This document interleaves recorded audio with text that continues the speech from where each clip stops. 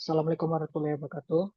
Saya Muhammad Irfan dengan BPI 18 10 85 30 12. Di sini saya akan menampilkan video hasil diseminasi skripsi saya yang berjudul Faktor yang Mendasari Indonesia Mengimpor Beras dari Thailand tahun 2016 hingga tahun 2021. Adapun pembahasan pada skripsi ini, yang pertama, bab 1 pendahuluan, mengenai kondisi beras Indonesia dan kebijakan impor beras Indonesia.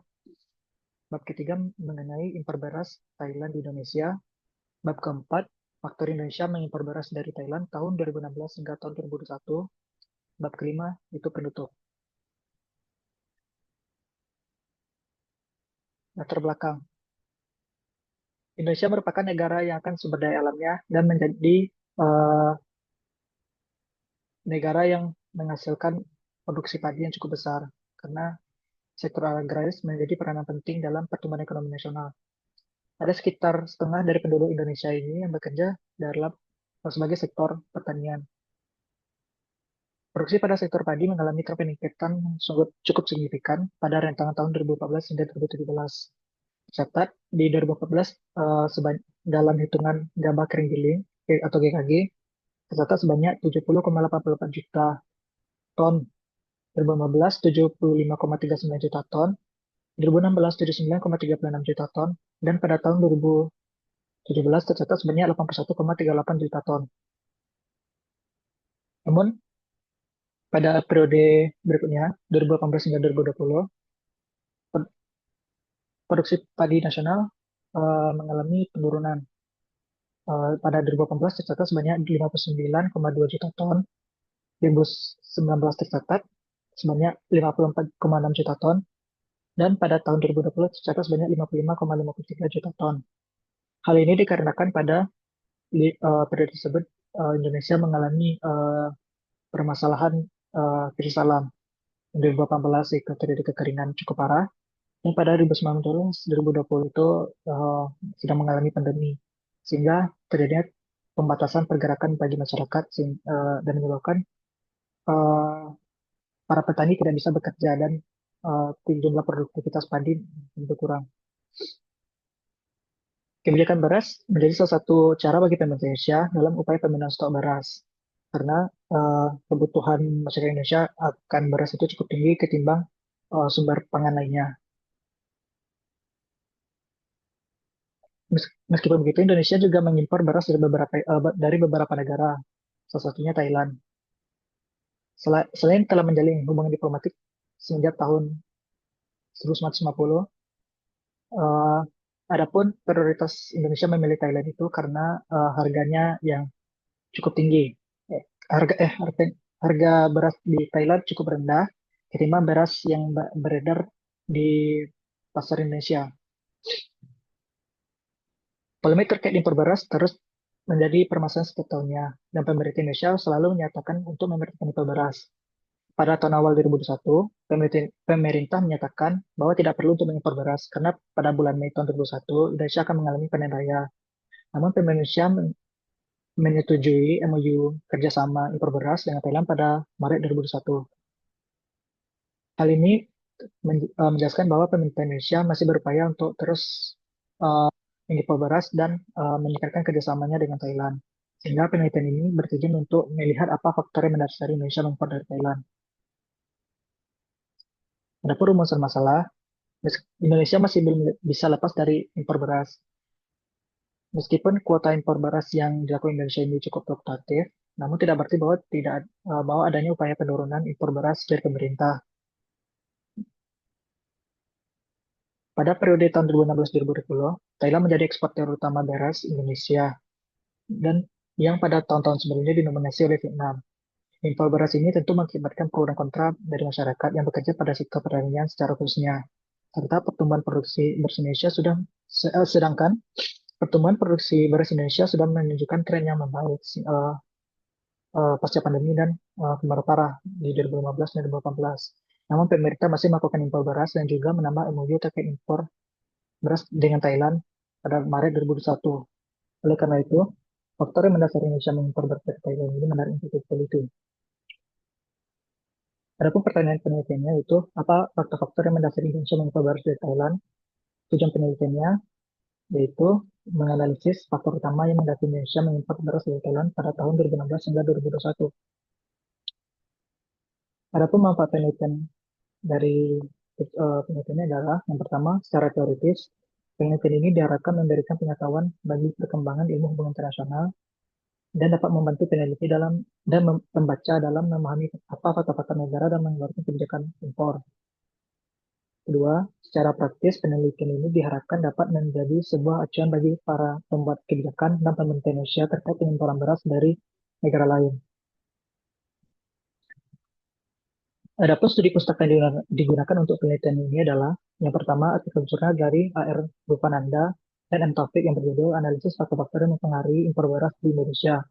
Yang kedua, artikel jurnal dari Jamie S. Davidson yang berjudul Why the Philippines Choose to Import Rice. Artikel jurnal ketiga dari Fabian Purnakusuma yang berjudul Ekonomi Politik dalam Kebijakan Impor Beras, membaca arah kebijakan pemerintah tahun 2014 hingga 2019. Sumber keempat yaitu buku dari Bustanul Arifin yang berjudul Ekonomi Beras Kontemporer, Data Baru, Tantangan Baru. Yang kelima, artikel jurnal dari John Yerong, Sreng Terry, dan alias Radam yang berjudul Demand Patterns of Rice Import in Malaysia, Implication for Food Security.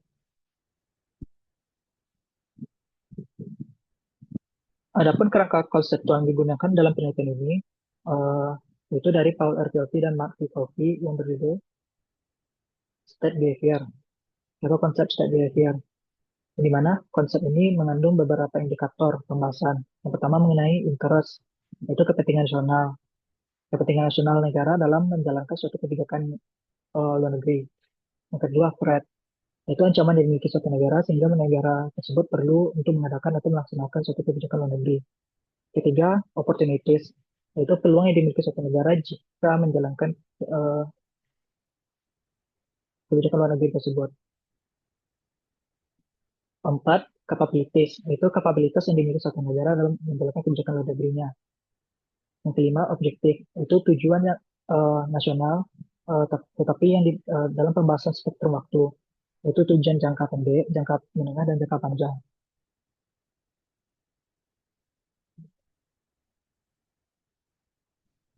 Uh, Adapun metodologi penelitian yang digunakan, yang pertama, pendekatan kuantitatif, dan, uh, dan jenis penelitian deskriptif analitis. Uh, Kedua, batasan penelitian itu dari Januari 2016 hingga Mei 2021. Unit analisisnya, unit analisis penelitian ini adalah Indonesia dan Thailand dalam periode tahun 2016-2021. Dan eksplanasinya adalah fakta-fakta Indonesia mengimpor beras dari Thailand. Tingkat analisisnya berada pada level negara yaitu Indonesia dan Thailand. Ini pengumpulan data, itu library research, yang mengambil data dari artikel, jurnal, buku, dokumen, berita, laporan resmi, website resmi, dan lain sebagainya. Lalu teknik kondensasi data, yang pertama kondensasi data, kedua penyajian data, ketiga kesimpulan dan verifikasi.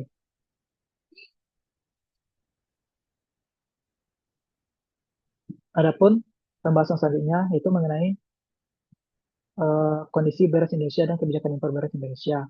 Yang dimana dalam pembahasan ini dibagi atas dua bagian. Yang pertama mengenai kondisi 2.1 mengenai kondisi komoditas beras Indonesia.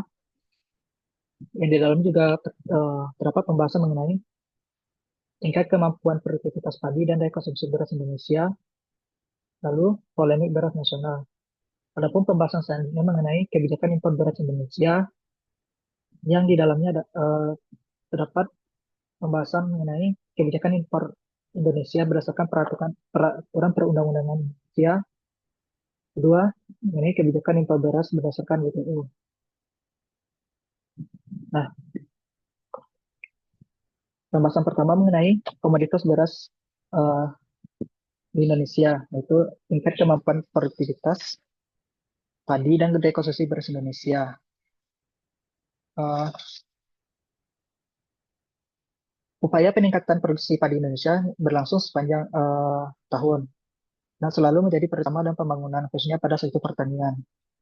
Peningkatan produksi beras pada tahun 1970-an hingga 1980-an nilai berhasil sehingga Indonesia mampu meningkatkan jumlah produksi beras nasional dari 19,1 juta ton beras pada tahun 1970 menjadi 45,2 juta ton pada tahun 1950.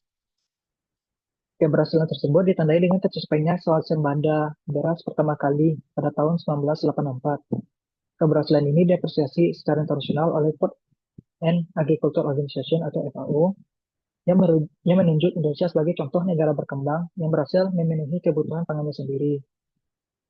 Swasembada beras mampu dipertahankan hingga tahun 1993. Eh, Adapun keberhasilan ini didukung oleh beberapa program pemerintah pada saat itu. Yang pertama, kebijakan revolusi hijau. Revolusi hijau merupakan eh, eh, revolusi hijau bertujuan untuk meningkatkan produktivitas pangan dengan mengubah gaya pertanian yang dulunya tradisional menjadi petani modern, sehingga efektivitas hasil produksi jauh bisa ditingkatkan. Selanjutnya mengenai dengan melalui program-program bimbingan massal atau IMAS, intensifikasi massal atau INMAS, kemudian dikembangkannya kegiatan melalui kelompok tani seperti intensifikasi khusus atau INSUS, yang juga sebagai perangkat untuk membantu petani dalam meningkatkan produksi usaha taninya. Nah, melalui program BIMAS tersebut, produksi padi dapat produksi beras pada Pelita 3 meningkat sebanyak 6,2% dan angka ini meningkat setiap tahun hingga mencapai tahap keberhasilannya pada Pelita 4, yaitu pada tahun 1984. Hal ini menyebabkan Indonesia mencapai swasembada beras. Produksi beras Indonesia menunjukkan tren yang eh, cukup meningkat pada tahunnya dan juga mengalami penurunan juga. Berdasarkan pada data Pusat Statistik atau BPS, dari tahun 2010 hingga 2021, total produksi beras nasional tidak cukup meningkat setiap tahunnya. Jika dilihat dari angka konvensi dari gabah ke beras eh, yang digunakan oleh Kementan atau Kementerian Pertanian itu sebesar 58,13%. Bisa dilihat dari data jumlah produksi tabel ini menunjukkan bahwa dari hingga 2010 sampai tidaknya 2017 terjadi peningkatan. Namun pada tahun 2018 hingga 2021 mengalami penurunan. Selanjutnya, mengenai daya konsumsi beras masyarakat Indonesia. Berdasarkan data 2010 hingga 2015, konsum, kondisi konsumsi beras Indonesia mengalami naik turun. Pada 2010 hingga 2012, berada di angka 33 juta ton beras. 2013 sebanyak 39 juta ton beras, 2014 34,5 juta, dan tahun 2015 sebanyak 33,3 juta ton beras. Uh, Namun pada tahun 2018 hingga 2021, angka ini jauh lebih menurun daripada tahun 2015. Hal ini dilihat berdasarkan perhitungan per kapita per minggunya. 2018 tercatat sebanyak 1.404 kg per kapita per minggu, dan pada 2019 sebanyak 1.374 kg per kapita per minggu. Uh, Pada tahun 2020 tercatat sebanyak 1.329 kg per kapita per minggu, serta 2021 mengalami peningkatan sebanyak 1.451 kg per kapita per minggu. Hal ini dikarenakan juga karena kemarau panjang uh, dan pandemi, sehingga jumlah beras dan kemampuan daya beli masyarakat itu mengalami penurunan. Nah, harga beras menjadi mahal di pasar masyarakat. Selanjutnya mengenai pembahasan mengenai polemik beras nasional. Pembahasan polemik beras nasional peneliti bagi atas apa pembahasan. Yang pertama mengenai perubahan iklim global, kedua alih fungsi lahan pertanian, ketiga subsidi pupuk yang tidak tepat sasaran dan merata, keempat korupsi. Sehingga masuk ke pembahasan pertama mengenai perubahan iklim global. Menurut Food and Agriculture FAO, Indonesia menjadi daerah yang cukup rentan terhadap perubahan iklim global. Hal ini menyebabkan ketahanan Indonesia dinilai cukup terancam. Ada Menurut data World Food Program eh, pada tahun 2016 mengestimasi bahwa produk pangan harus berada di tingkat 50% di tahun 2030 agar dapat memenuhi permintaan dan dengan meningkatnya angka populasi. Pada saat yang sama, akibat perubahan iklim diproyeksikan akan terjadi penurunan produksi pangan di dunia 1-7% pada tahun 2060. Jika dampak perubahan iklim ini tidak dapat diantisipasi, maka diperkirakan sekitar 20% penduduk dunia akan mengalami risiko kelaparan.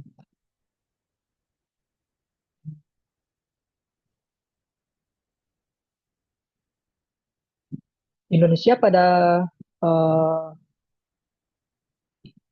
perubahan iklim global sangat dirasakan oleh Indonesia. Tercatat ada beberapa kali Indonesia mengalami kekeringan massal atau kegagalan panen dari dampak El Nino dan La Nina ini. Data dari Kementerian Pertanian menunjukkan bahwa pada tahun-tahun El Nino terjadi pada rentangan tahun 1989 hingga 2015, tanam padi yang terkena kekeringan itu mencapai sekitar 350 sampai 87 ribu hektar area. Hal ini Kejadian ini berlangsung dari bulan Mei hingga bulan Oktober.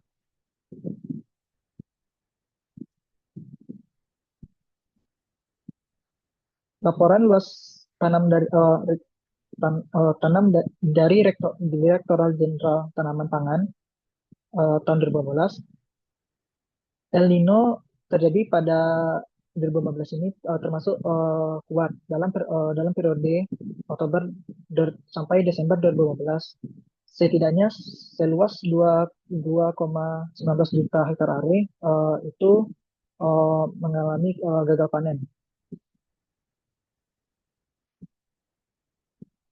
Pada rentangan tahun 2015 hingga tahun 2019, dalam kurung 5 tahun waktu tersebut, rata-rata luas lahan sawah yang terkena banjir dari dampak perubahan iklim global ini tercatat sebanyak 188,662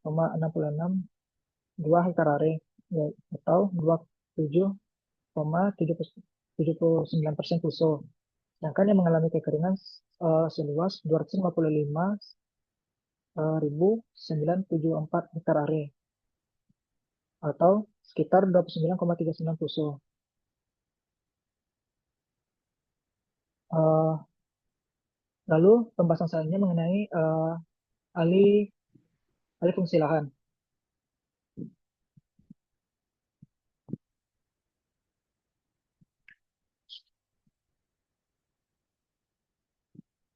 Permasalahan mengenai alih fungsi lahan itu menjadi sangat krusial karena jumlah lahan tersedia atau jumlah lahan yang bisa memproduksi padi itu menjadi faktor penting dari besar besar atau kecilnya jumlah tingkat produktivitas beras di Indonesia.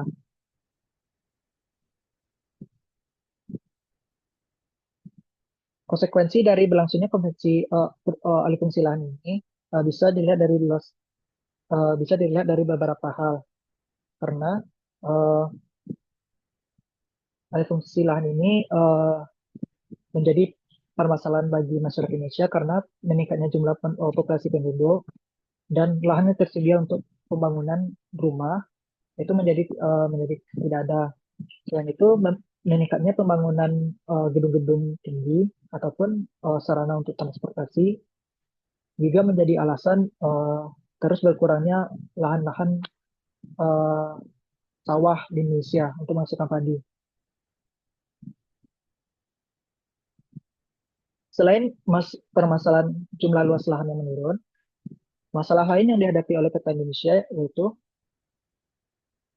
kepemilikan lahan sawah atau lahan pertanian oleh petani yang semakin menyempit.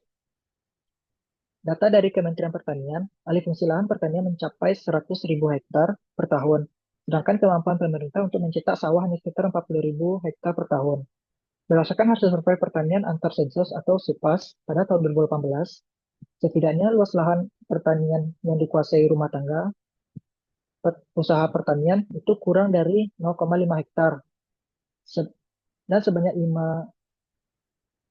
dan sebanyak 15,89 juta rumah tangga atau 59,7%, 59,7% dari total rumah tangga petani. Rumah tangga petani yang kepemilikan lahannya kurang dari 0,5 hektar itu meningkat sebanyak eh, dari 14,62 juta rumah menjadi 15,89 juta rumah tangga pada tahun 2018.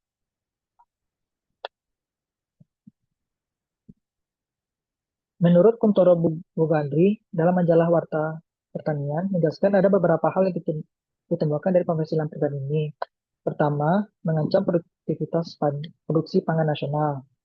Jelas dengan berkurangnya lahan dan sehingga jumlah beras yang dihasilkan untuk dijual ke masyarakat itu semakin sedikit dan harga menjadi mahal. Kedua, selain menyebabkan jumlah beras menurun, konvensi lahan pertanian juga menjadi salah satu bentuk kerugian investasi, degradasi agroekosistem, degradasi tradisi dan budaya masyarakat agraris, eh, dan menyebabkan krisis krisis ekonomi yang dilanda oleh masyarakat kecil. Selanjutnya kita bahas mengenai subsidi pupuk yang tidak tepat sasaran dan merata. Sebenarnya eh, anggaran yang dikeluarkan oleh pemerintah dalam pengalokasian pupuk subsidi ini cukup besar. Berdasarkan data dari alokasi anggaran kedaulatan pangan oleh data APBN Kementerian Keuangan atau Kemenkel, eh, realisasi anggaran untuk subsidi pupuk dari tahun 2016-2021 cukup mengalami peningkatan. Pada tahun 2016, realisasi anggaran yang terpakai sebanyak 26,9 triliun rupiah. 2017 sebanyak 28,8 triliun rupiah. 2018 sebanyak 33,6 triliun rupiah. 2019 sebanyak 34,3 triliun rupiah. Tahun 2020 sebanyak 34,2 triliun rupiah. Dan tahun 2021 sebanyak 25,3 triliun rupiah.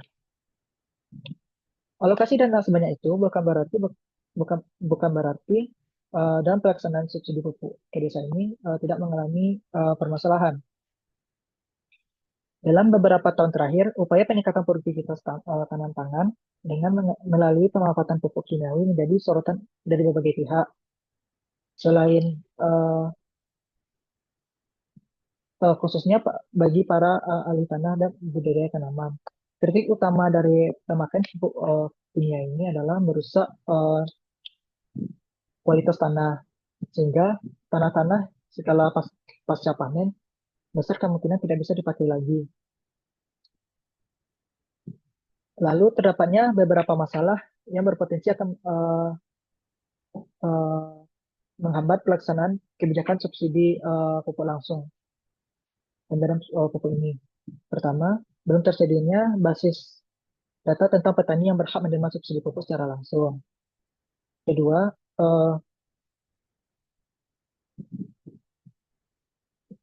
data RDKK yang selama ini diandalkan oleh pemerintah dalam penyaluran subsidi pupuk masih banyak mengandung kelemahan. Karena kurangnya koordinasi antara instansi terkait seperti Dinas Pertanian dan Badan Penyuluhan pada daerah yang sama. Lembaga Negara Pengawasan Pelayanan Publik, Ombudsman Republik Indonesia, juga menemukan setidaknya terdapat 5 potensi maladministrasi dari dalam tata kelola pupuk subsidi berdasarkan hasil sistematik Ombudsman RI tentang pencegahan maladministrasi dalam tata kelola pupuk bersubsidi. Pertama, tidak dituangkannya kriteria secara detail terkait petani yang dapat menerima pupuk bersubsidi. Kedua, ditemukannya ketidakakuratan data dari petani yang menerima pupuk subsidi. Ketiga, terbatasnya akses bagi petani untuk memperoleh pupuk subsidi serta permasalahan transparansi proses penunjukan distributor dan pengecer resmi. Keempat, mekanisme penyaluran pupuk subsidi belum selaras dengan asas penyelenggaraan pelayanan publik. Dan kelima, mengenai belum efektifnya mekanisme penguasaan pupuk yang bersubsidi ini. Akibat dari tidak efektifnya program studi pupuk, eh, berdampak terhadap harga beras Indonesia menjadi lebih mahal daripada beras internasional. Pada Oktober 2014 misalnya, harga rata-rata beras tercatat sebanyak Rp8.141 per kilogram dan meningkat menjadi Rp9.014 per kilogram pada Juni tahun 2017. Harga ini tercatat lebih mahal 1,7 kali daripada beras di pasar internasional. Contohnya beras Thai Broken yang hanya berada di angka Rp5.221 per kilogram pada Juni 2017.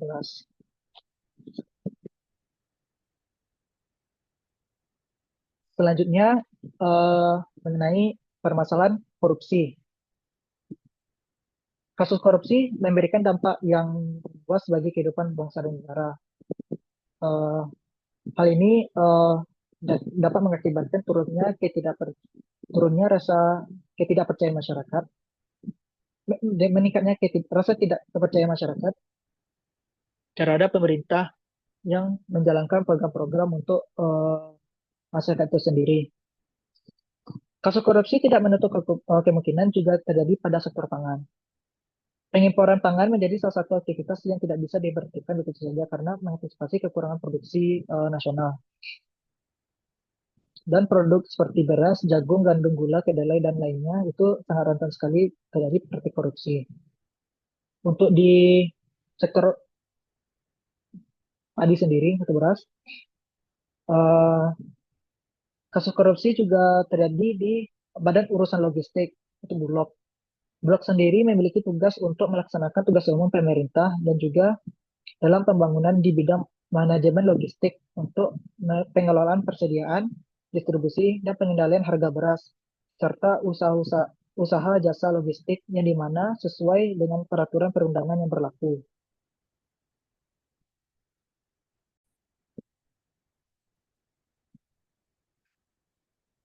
Berikut data yang dapat peneliti dapatkan terkait korupsi di di Perum Bulog. Itu bisa dilihat dari Bulog ke-1, kedua, yaitu terjadi eh, korupsi penggelapan dana dan pengurangan dan penggunaan dana Bulog mengalir ke partai. Lalu pada 2005 terdapatnya korupsi Sukhoi dan impor sapi. 2011 terdapat kasus korupsi dugaan penyalahgunaan wewenang dalam impor beras dari Vietnam. 2016 tercatat adanya korupsi beras untuk masyarakat miskin atau untuk raskin. Bisa dilihat ini pejabat yang terkena dan mereka semua berada di posisi yang krusial dalam pengelolaan beras nasional dan pengadaan beras nasional. Kenapa korupsi ini menjadi perhatian? Karena Indonesia sendiri eh, berdasarkan data Indeks Persepsi Korupsi atau IPK, Indonesia setidaknya setiap tahun mengalami kenaikan. Meskipun berada di angka 50 eh, skala perhitungan, tetapi eh, Indonesia termasuk cukup tinggi angka korupsinya. Jika dengan skala korupsi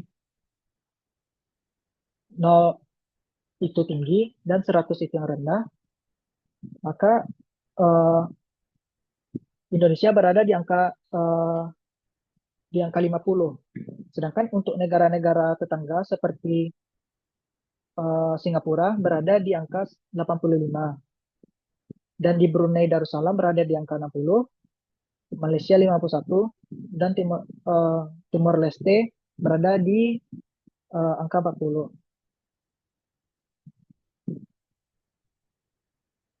Dan contoh untuk negara maju yang memiliki indeks persepsi korupsinya yang paling rendah itu Jerman salah satunya Jerman dengan nilai indeks persepsi korupsinya di angka 80. Nah, ini menjadi catatan bagi negara Indonesia karena eh, perekonomian Indonesia dinilai eh, cukup besar hingga mampu masuk ke dalam G20. Dengan angka korupsi yang setinggi ini, tidak menutup kemungkinan akan suatu saat nanti Indonesia mengalami krisis yang jauh lebih besar. Oleh karena itu, eh, perhatian masyarakat dan perhatian semua untuk korupsi ini harus diperbesar. Selanjutnya, masuk ke pembahasan mengenai kebijakan impor beras di Indonesia, yang di mana peneliti membahas mengenai dua hal. Yang pertama, itu terkait kebijakan impor Indonesia berdasarkan peraturan peraturan perundang-undangan Indonesia. Yang kedua, kebijakan impor beras berdasarkan World Trade Organization atau WTO. Yang pertama, berdasarkan peraturan perundang-undangan, eh, pengaturan impor Indonesia eh, pada dasarnya diatur pada pasal 1 ayat 14 Undang-Undang Republik Indonesia Nomor 18 Tahun 2012 mengenai tentang pangan yang berbunyi, ketahanan pangan adalah kondisi terpenuhinya eh, pangan bagi negara sampai dengan perseorangan yang tercermin dari tersedianya pangan cukup baik, jumlah maupun mutunya aman, beragam, bergizi, merata, dan terjangkau, serta tidak bertentangan dengan agama, keyakinan, budaya masyarakat untuk hidup aktif dan produktif secara berkelanjutan. Dan juga terdapat pada eh, 2000 pasal 15 ayat 1 Undang-Undang Republik Indonesia Nomor 19 Tahun 2013 tentang perlindungan dan pemberdayaan petani yang berisikan bahwa pemerintah diwajibkan untuk mengutamakan produksi pertanian dalam negeri untuk memenuhi kebutuhan nasional. Apabila tidak dipenuhi, baru pemerintah mengerahkan kegiatan impornya. Adapun eh, syarat impor beras Indonesia diatur dalam pasal 9 ayat 1 dari Peraturan Menteri Perdagangan Republik Indonesia nomor 103 garing MDAG garing 12 garing 2015 tentang ketentuan ekspor dan impor beras. Dijelaskan mengenai impor beras dan ketentuan yang berlaku pelaksanaannya. Ayat 1 berbunyi impor beras untuk keperluan stabilitas harga, penanggulangan keadaan darurat, untuk kebutuhan masyarakat miskin, dan atau kerawanan pangan. Nah, pada ayat 3 pada ayat 3-nya dari pasal 9 tersebut juga menyatakan bahwa impor beras sebagaimana yang dimaksud pada ayat 1 hanya dapat dilakukan di luar masa 1 bulan sebelum panen raya, masa panen raya, dan 2 bulan setelah panen raya. Dan pada pasal 39 Undang-Undang Nomor 18 Tahun 2012 tentang pangan yang berbunyi, pemerintah menetapkan kebijakan peraturan impor pangan yang tidak berdampak negatif terhadap keberlanjutan usaha tani, peningkatan produksi, kesejahteraan petani, nelayan, pembudaya ikan, dan pelaku usaha pangan mikro dan kecil. Sehingga bisa disimpulkan bahwa kebijakan impor beras ini sejatinya bertujuan untuk kesejahteraan masyarakat Indonesia itu sendiri. Maka dari itu, hendaknya Pak, impor beras yang dilakukan oleh Thailand ini memang benar-benar bertujuan untuk kebutuhan negara dan masyarakat Indonesia. Selanjutnya, mengenai kebijakan impor beras berdasarkan World Trade Organization. Setelah berlakunya persetujuan WTO pada tahun 1995, seluruh negara anggota diwajibkan mengikuti segala aturan WTO untuk melakukan liberalisasi ekonomi dengan keyakinan agar tercapainya efisiensi produksi dan sumber-sumber alam yang ada di dunia dapat dimanfaatkan secara maksimal untuk kesejahteraan penduduk dunia. Sejak berlakunya aturan dari WHO, maka setiap peraturan, kebijakan, dan atau tindakan perdagangan harus mengacu pada pedoman persetujuan WHO. Nah, Kesepakatan negara yang tergabung WTO dalam bidang pertanian itu terjalin dalam Agreement on Agriculture atau AOA yang bertujuan meningkatkan volume perdagangan dunia atas produk pertanian dengan mengurangi bahkan menghilangkan segala-segala yang menjadi penghalang atau barrier di negara-negara anggota. Adapun hal-hal yang diatur oleh kesepakatan AOA dan untuk negara anggota yaitu pertama perluasan akses pasar atau penurunan tarif.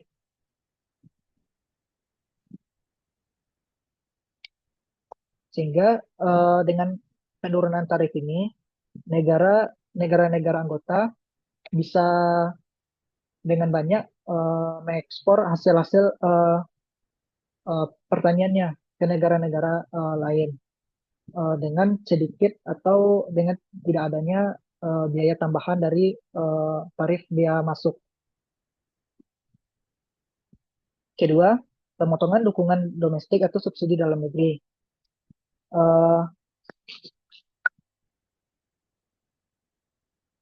Meningkatkan akses pasar dengan menurunkan subsidi domestik, maka produk pertanian dalam negeri sedikit menjadi lebih mahal, sehingga barang-barang ini bisa eh, dijual eh, bisa diekspansi ke negara-negara lain.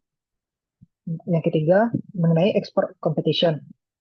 Perjanjian ini mengharuskan negara maju untuk memotong nilai subsidi ekspor mereka sebesar 36% dan juga mengurangi volume ekspor subsidi sebesar 21% selama 6 tahun.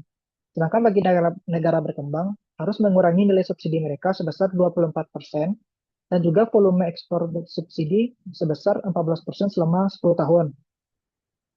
Sementara untuk negara yang terbelakang tidak dikenakan dua hal tersebut. Hal ini bertujuan sama dengan eh, hal ini bertujuan untuk meningkatkan kesempatan bagi negara terbelakang untuk mengakses pasar ke negara anggota lainnya.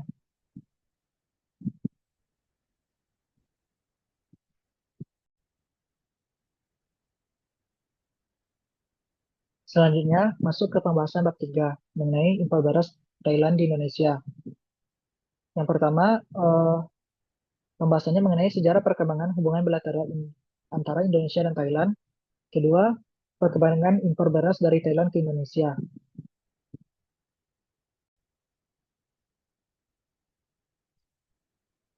Masuk ke pembahasan pertama mengenai sejarah perkembangan hubungan bilateral antara Indonesia dan Thailand. Keterkaitan hubungan bilateral antara Indonesia dan Thailand telah berlangsung semenjak tahun 1950. Hubungan bilateral ini juga bergerak eh, atau eh, terjalin pada aspek seperti teknologi, ekonomi, perdagangan, serta ilmu pengetahuan dan budaya pariwisata. Peningkatan hubungan Indonesia dan Thailand setiap tahunnya mengalami peningkatan cukup intens. eh, Indonesia dan Thailand membangun sebuah kerjasama dengan disetujuinya Forum Komisi Bersama, yaitu Persetujuan Kerjasama Ekonomi dan Teknik Republik Indonesia Thailand pada tahun 1992. Pertemuan ini berlangsung karena hasil lanjut dari pertemuan Perdana Menteri Thailand, Anand Panyaruhun, dan Presiden Soeharto pada bulan Mei 1951. Persetujuan ini juga memuat kesepakatan tentang pembentukan komisi bersama antar kedua negara pada tingkat Menteri Luar Negeri.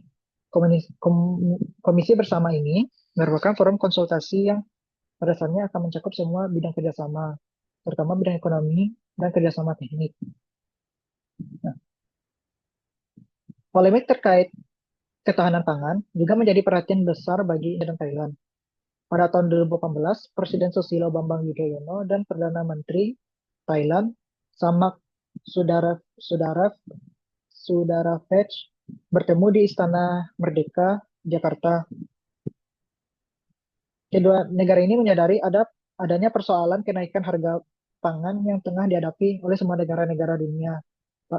Yang perlu diingat pada tahun 2018 terjadi krisis moneter yang cukup parah. Sehingga dalam pertemuan ini Indonesia dan Thailand saling menyikapi untuk memprioritaskan kerjasama jual beli beras. Eh, dan pada tahun sebelumnya Thailand juga menyepakati MOU pengadaan beras melalui skema antar pemerintah atau G2G yang sebanyak 1,5 juta ton beras per tahun. Nah,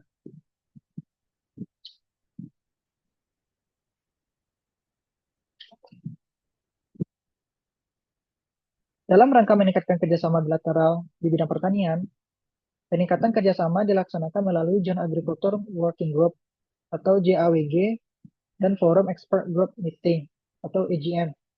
Pemerintah Indonesia dan Thailand sepakat untuk meningkatkan kerjasama pada beberapa aspek seperti ketahanan pangan, pelatihan pertanian, peningkatan kapasitas sumber daya manusia melalui pelatihan, pengelolaan irigasi, dan mengatasi dampak perubahan iklim terhadap sektor pertanian.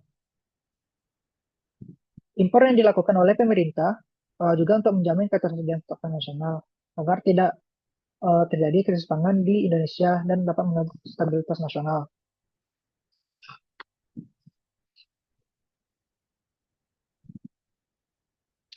Meskipun Indonesia tercatat sebagai negara dengan tingkat produksi beras terbanyak ketiga di dunia, Indonesia masih perlu untuk mengimpor beras dari negara lain. Uh,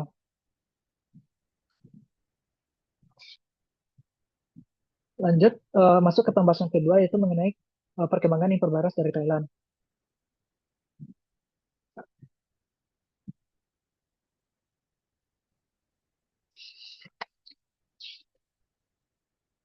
Terkait mengenai impor beras Indonesia dan Thailand, perlu diketahui sebelumnya bagaimana Indonesia pada akhirnya membuka keran impor beras pertamanya.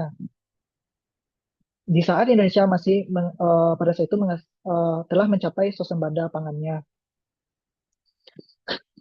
Pada Orde Baru, Indonesia baru pertama kalinya meletakkan sektor pertanian sebagai salah satu kebijakan penting dalam pembangunan bangsa. Hal ini sudah termasuk dalam penjabaran dari program rencana pembangunan jangka panjang 25 tahun dalam Repelita 1 tahun 1983. Terdapannya suatu program yang bernama BIMAS, yaitu Bimbingan Massal, dan KUD, Koperasi Unit Desa, yang memiliki fungsi untuk melaksanakan penyaluran sarana produksi seperti bibit, pupuk, obat-obatan, pengelolaan hasil, pemasaran, hasil pertanian, serta pengkreditan untuk permodalan usaha tani. Sehingga pada tahun 1984, akhirnya Indonesia mencapai swasembada beras pertama kalinya.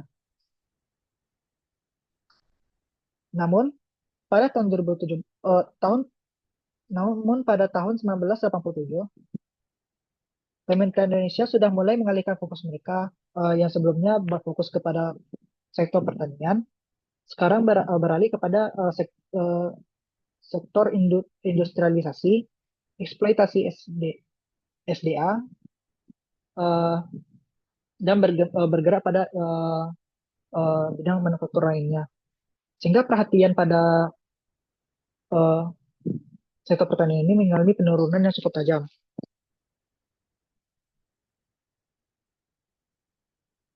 Dan pada tahun 1993, Indonesia mengalami kekurangan bahan pokok. Dan pada saat itu, untuk pertama kalinya Indonesia membuka keran impor beras.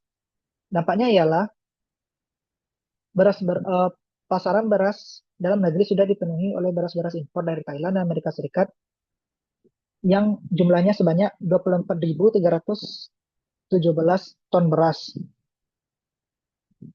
Uh, Hal ini tentu menjadi permasalahan serius bagi keberlangsungan ketahanan pangan Indonesia yang ternyata masih rentan terhadap ketersediaan beras yang dimiliki. Uh, Berikut data volume impor beras dari Thailand da, uh, dari tahun 1993 hingga tahun 2000. Tahun 1993 Indonesia membuka impor berasnya dari Thailand dan pada tahun 2020 hingga tahun 2000 angkanya menjadi cukup tinggi. Bisa diperhatikan bahwa setiap tahunnya dari tahun 1993 hingga 1996 peningkatan impor beras terus terjadi. Dan pada tahun 1998 hingga tahun 2000 Di sini Indonesia mengalami krisis moneter yang sangat besar hingga akhirnya menggulingkan pemerintahan Presiden Soeharto yang telah berlangsung selama 32 tahun.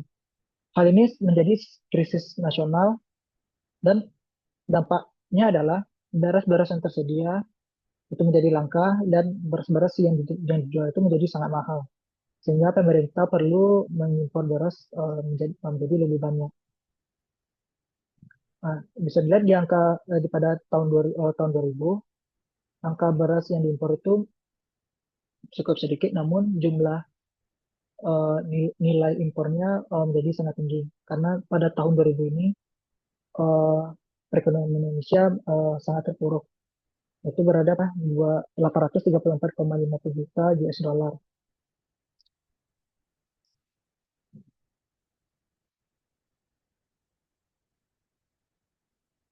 Nah, pengimporan beras Indonesia masih terus berlanjut pada tahun-tahun berikutnya, meskipun jumlahnya selalu fluktuatif. Peningkatan jumlah impor beras di Indonesia dan Thailand mulai nampak pada tahun 2014.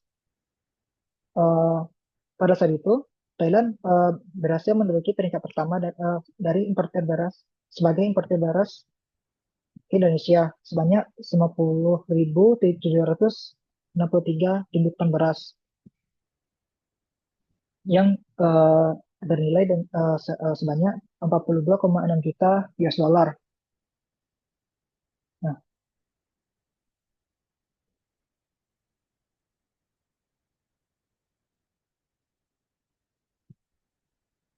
data pengimporan beras Indonesia pada tahun 2016 tercatat sebanyak 1,28 juta ton beras. Jumlah ini merupakan pengimporan beras terbanyak selama 2 tahun terakhir.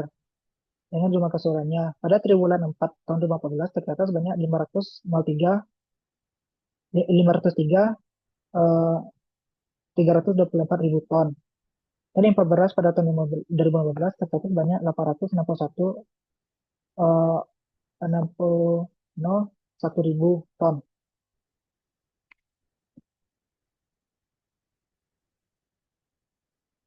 Dan juga pada tahun 2016, pemerintah Indonesia sebenarnya eh, berupaya untuk mengurangi kuota impor beras. Pengimporan beras yang dilakukan hanya untuk beras-beras yang kualitas premium saja, yang hanya diperuntukkan untuk restoran saja. Eh, Selain itu, pada tahun 2016, Perum Bulog mencatatkan kenaikan pengadaan dari tahun 2015 itu sebanyak 2,61 juta ton beras dan pada akhir 2016 sebanyak 3,51 juta ton. Hal ini berdampak pada penurunan jumlah pengimporan beras pada tahun 2017 sebanyak 374 ribu ton beras atau setara dengan 14 143,6 juta US dollar.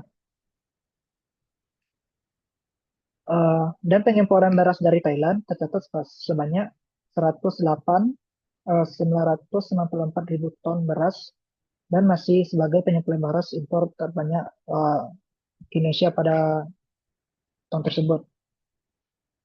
Namun catatan baik ini tidak berlangsung pada tahun selanjutnya, itu 2018. Pemerintah Indonesia kembali meningkatkan impor beras yang cukup signifikan, bahkan melampaui tahun 2016. Pengimporan beras pada tahun 2018 tercatat sebanyak 2.253 juta ton, atau sebanyak 1.1037 juta US dollar dari Thailand. Peningkatan impor beras ini tentunya menimbulkan polemik bersama di masyarakat. Bahkan pemerintah juga menyampaikan bahwa pada tahun 2018, lagi pemerintah Indonesia mensyaratkan bahwa tidak perlu lagi untuk mengimpor beras karena terdapatnya kenaikan hasil produksi pada tahun tersebut.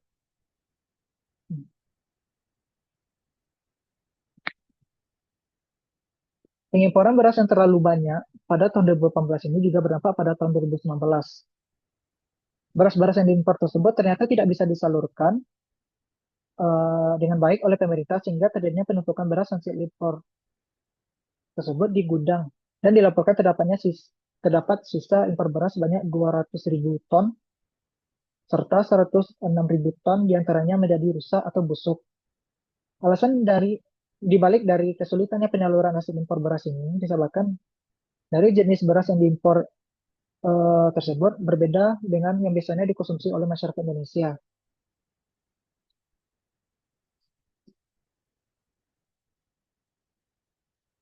Untuk pengimporan beras yang berlangsung selama periode 2019 hingga 2021, jumlah pengimporan beras Indonesia sudah mengalami tren penurunan daripada tahun sebelumnya.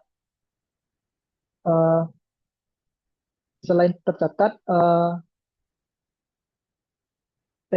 produktivitas cukup tinggi, sudah meningkat, dan juga eh, pada periode ini Indonesia lebih menekankan untuk mengalihkan dananya ke berbagai bidang lain. Karena pada periode ini juga Indonesia mengalami krisis pandemi 19. Untuk data pengimpuran beras Indonesia sendiri pada tahun 2019 itu sebanyak 444 508 ribu ton beras atau sebanyak 184 eh, 1.254 US dollar dari Thailand.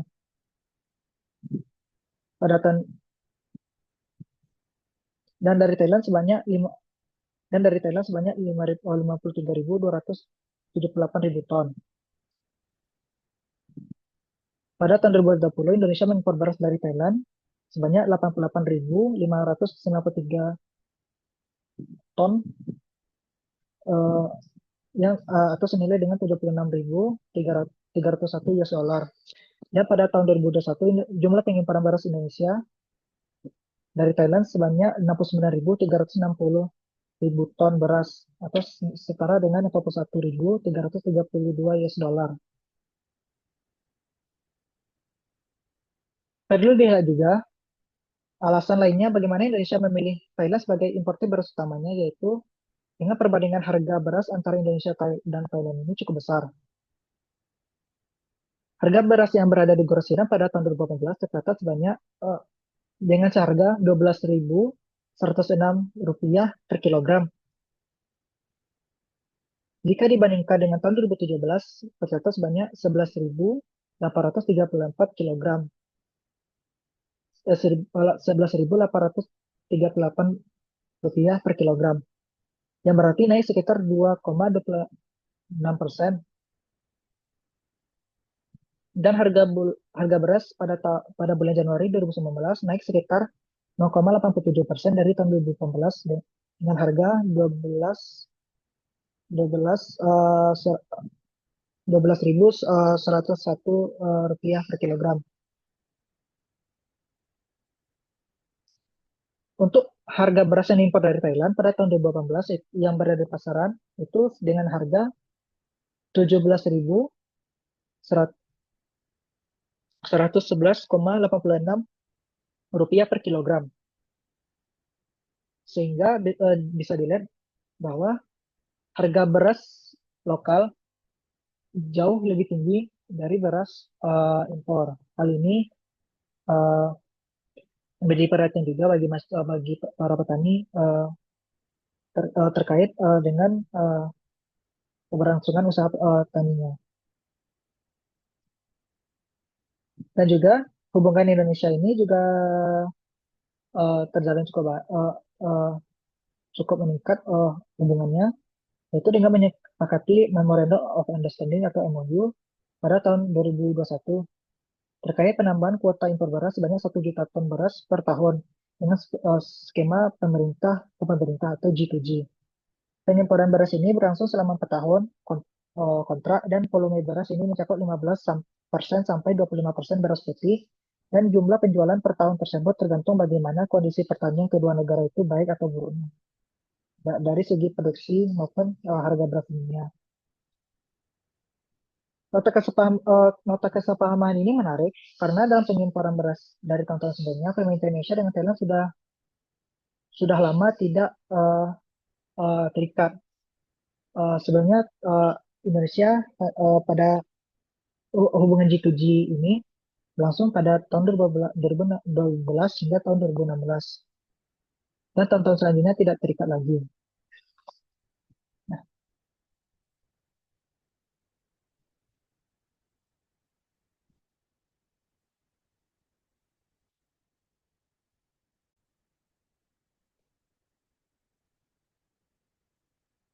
Selanjutnya bab 4 mengenai faktor Indonesia mengimpor beras dari Thailand tahun 2016 hingga tahun 2021. Peneliti membagi dalam eh, 5 pembahasan, eh, yaitu eh, mengenai pertama kepentingan nasional Indonesia dalam pengimporan beras dari Thailand, kedua tujuan dari pengimporan beras dari Thailand, ketiga ancaman yang dihadapi Indonesia dalam pengimporan beras, keempat peluang Indonesia dalam pengimporan beras dari Thailand dengan Thailand, yang kelima kapabilitas Indonesia dalam mengimpor beras dari Thailand. Hal ini selaras dengan apa yang menjadi indikator konsep dari state behavior oleh uh, Paul V.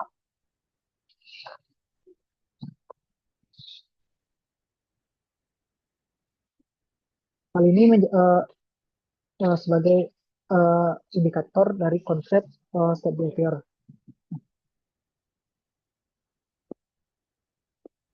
Masuk ke pembahasan pertama, yaitu kepentingan nasional dalam pengimporan beras dari Thailand. Pemaknaan kepentingan nasional menurut Donald E. Nurvelen sebagai dasar bagi negara yang berdaulat untuk merealisasikan tujuan serta kebutuhan negara dan juga sebagai alat untuk negara dapat berinteraksi dengan negara lainnya. Terkait permasalahan impor beras, Kementerian Indonesia tentunya harus didasari atas upaya untuk menjaga keamanan kestabilan pangan nasional. Pemahaman terhadap fondasi dasar kepentingan nasional tertuang pada pembukaan Undang-Undang Negara Republik Indonesia tahun 1945 pada paragraf keempat yang berbunyi, kemudian daripada itu untuk membentuk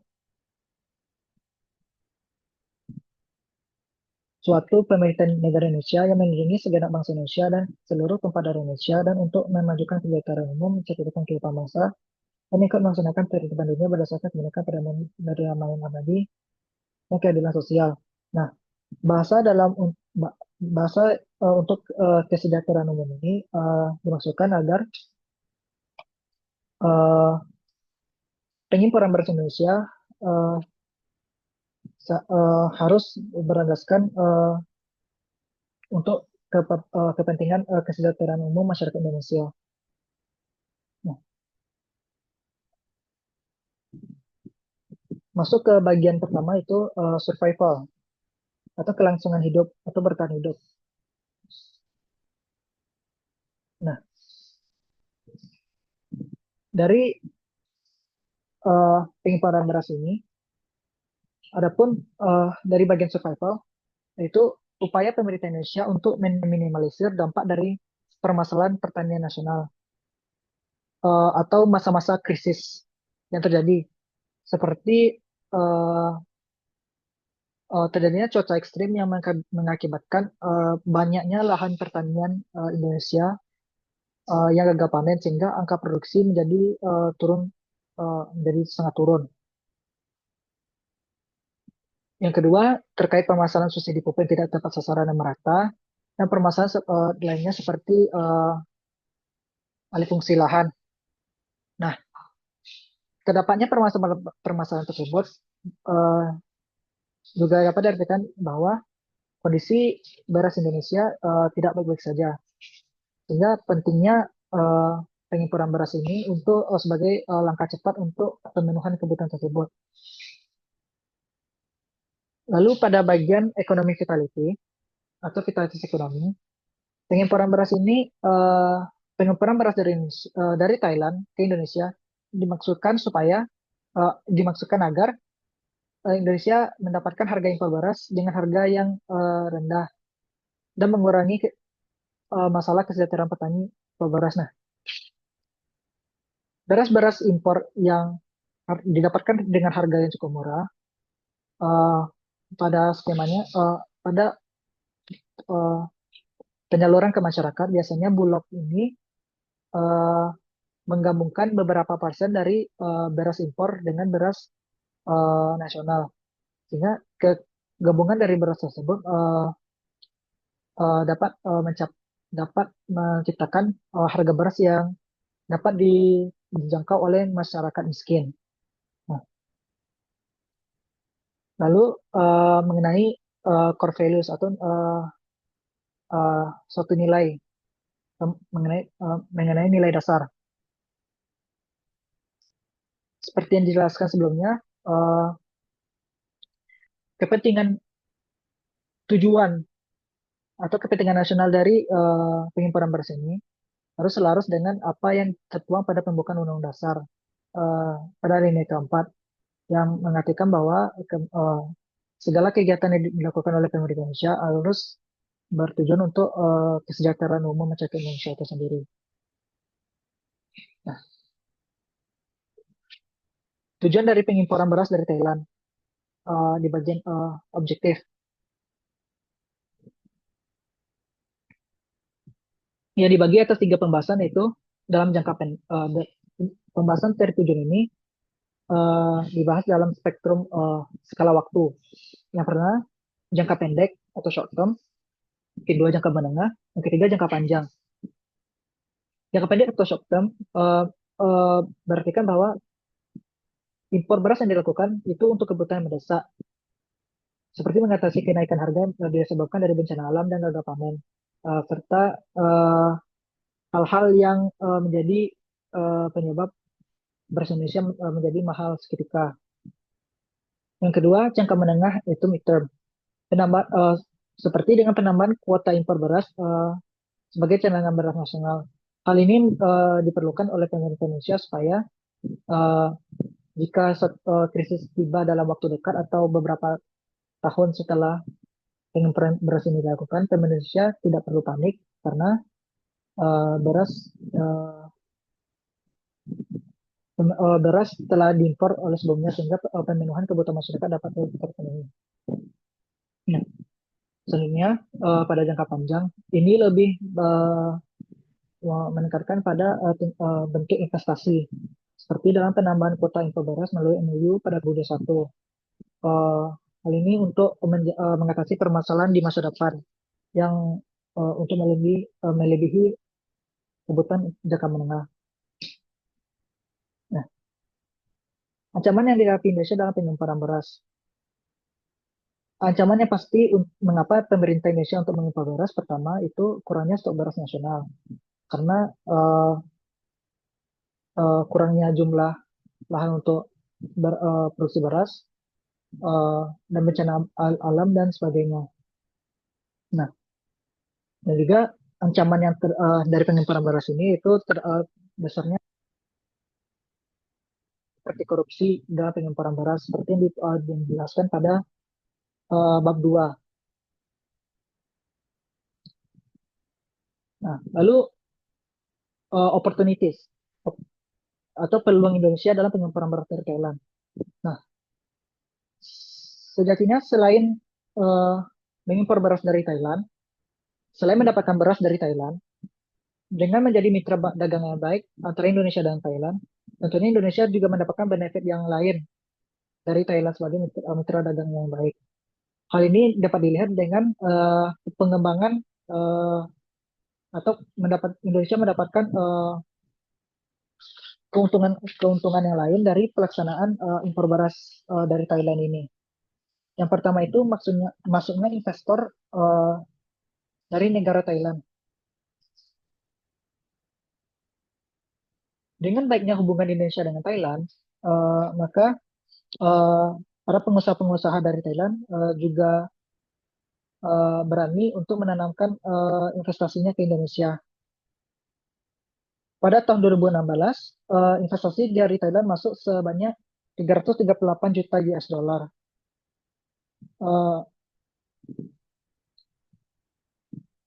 Investasi ini masuk dari perusahaan-perusahaan besar dari Thailand seperti Siam Cement Group atau SCG, Banpatu Co. Ltd, Sri Trang, Sentra PPT, Bangkok Bank, dan Thai Summit. Nah, pada tahun 2019, dengan meningkatnya jumlah investor dan peningkatan perdagangan cukup besar, sehingga uh, pemerintah Indonesia sepakat dan pemerintah Indonesia dan Thailand sepakat untuk menghilangkan hambatan dagang atau trade barriers yang sebelumnya menjadi permasalahan uh, investasi dari negara Thailand ke Indonesia maupun sebaliknya. Sehingga mengenai meningkatnya jumlah turis Thailand untuk berwisata. Setidaknya ada sekitar 500 warga Indonesia yang berwisata ke Thailand dan 100.000 wisata Thailand yang berkunjung ke Indonesia. Hal ini menjadi catatan baik karena kedua negara ini menjadikan para wisata sebagai salah satu pendorong ekonomi terbesarnya. Nah, yang ketiga mengenai peningkatan kerjasama pada keamanan pertahanan dan pertahanan. Eh, Indonesia eh, melalui Badan Intelijen Negara atau BIN dengan National Intelligence Agency atau NAI dari Thailand, mereka juga melakukan pelatihan militer bersama dan pertukaran siswa pendidikan sekolah staf komando.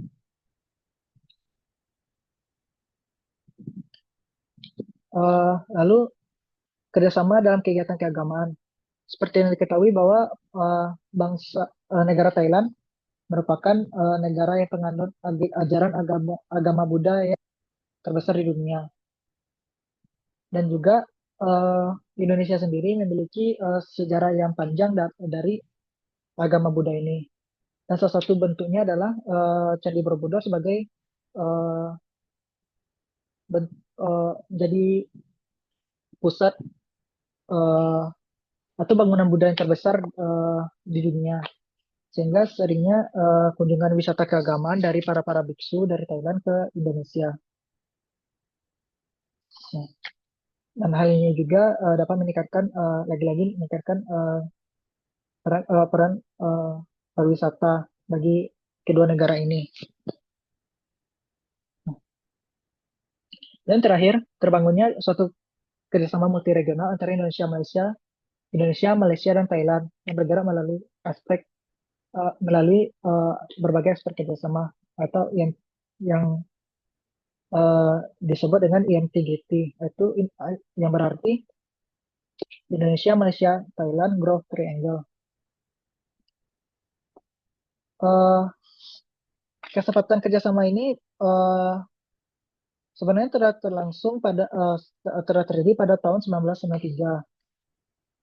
Namun secara lebih spesifiknya IMTGT ini eh,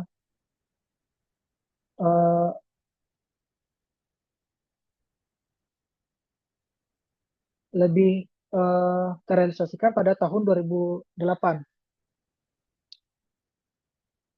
IMTGT ini berfokus pada kesejahteraan dan pertumbuhan ekonomi masyarakat di daerah perbatasan dengan daerah-daerah tetangga IMTGT. Dan, dan kerjasama ini juga terjalin dari pihak swasta untuk menjadi engine growth dari kerjasama ini. Visi yang berkelanjutan dari MTGT yaitu eh, menjadi kekuatan subregional yang berintegrasi, inovatif, inklusif, dan berkelanjutan pada tahun 2036. Sehingga mereka memiliki tiga prioritas utamanya, yaitu bergerak pada sektor pertanian, kedua basis industri, dan sektor pariwisata. Lalu yang terakhir mengenai kapabilitas Indonesia mengimpor beras dari Thailand. Nah, dengan pengaruh hubungan baik tersebut dalam penyimpanan beras Indonesia dapat menjalin mitra penyuplai menjadi Indonesia dapat menjadi mitra penyuplai beras impor dari Thailand, di mana beras-beras yang diekspor dari Thailand tersebut dapat dengan dapat eh, didapatkan dengan harga yang cukup murah dari yang diproduksi dalam negeri, sehingga dalam hal ini dapat mendorong untuk terwujudnya kepentingan Indonesia dalam penyimpanan beras, yaitu mencapai kedaulatan pangan, di mana masyarakat mampu membeli beras yang beredar, serta pemerintah juga dapat menambah jumlah stok beras yang tersedia di dalam gudang nasional. Selain itu, pemerintah dapat menarik investor-investor dari Thailand untuk berinvestasi di Indonesia dan membantu menumbuhkan perekonomian nasional, serta menambah jumlah lapangan pekerjaan yang tersedia. Nah,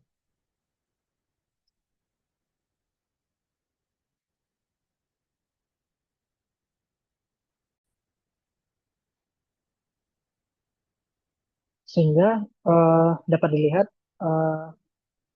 bagan dari temuan peneliti terkait penyimpanan beras dari Thailand. Pertama di bagian interest, berdasarkan konsep study waiver, yang pertama di bagian interest, yaitu berupaya mencapai ketahanan pangan nasional ke petani.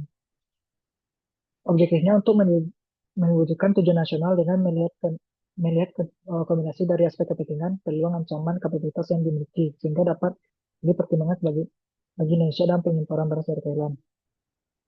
Jadi dari aspek ancaman itu, dari kenaikan harga beras dan kenaikan iklim global, sehingga menyebabkan penurunan pasokan beras dan kasus korupsi.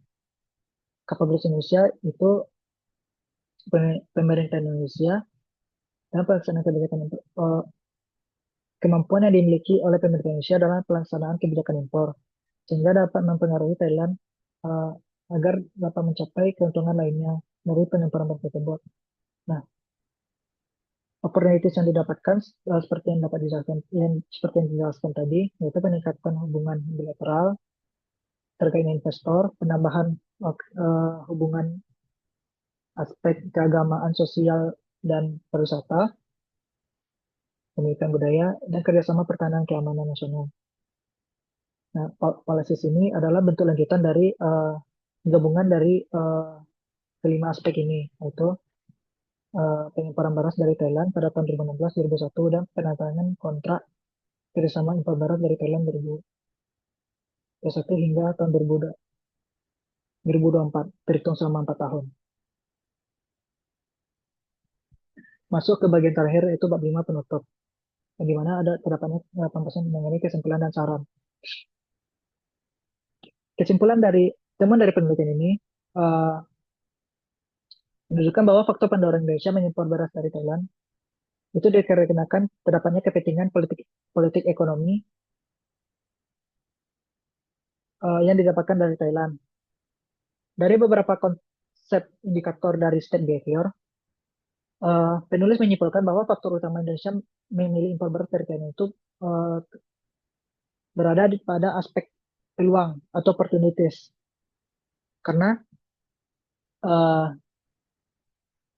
peneliti mengasumsikan bahwa uh, kecenderungan Indonesia memilih Thailand ketimbang negara-negara lainnya untuk mengimpor beras juga disinyalir untuk mendapatkan uh, keuntungan pada bidang-bidang lainnya. Sehingga mm, mengimpor beras ini menjadi salah satu cara bagi Indonesia untuk makin mempererat hubungan antara kedua negara ini. Untuk bagian saran, berdasarkan dari temuan penelitian ini, peneliti menyarankan terdapatnya penelitian yang melihat dari sudut pandang lain, menggunakan kerangka berpikir lebih kompleks yang melihat faktor pendorong Indonesia mengimpor beras dari Thailand pada tahun 2016-2021. Peneliti juga menyarankan untuk melihat dari perspektif Thailand sebagai negara eksportir beras uh, dan sebagaimana kepentingan dari Thailand terlaksana ekspor beras Indonesia ke Thailandnya. Sehingga peneliti berharap akan ada penelitian berkelanjutan mengenai yang untuk yang menganalisis dari kerjasama penyimpanan beras dari perspektif Thailand. Uh, Sekian diseminasi hasil penelitian uh, saya. Terima kasih atas segala perhatian. Mohon maaf bila banyak salah dan kekurangan. Wassalamualaikum warahmatullahi wabarakatuh.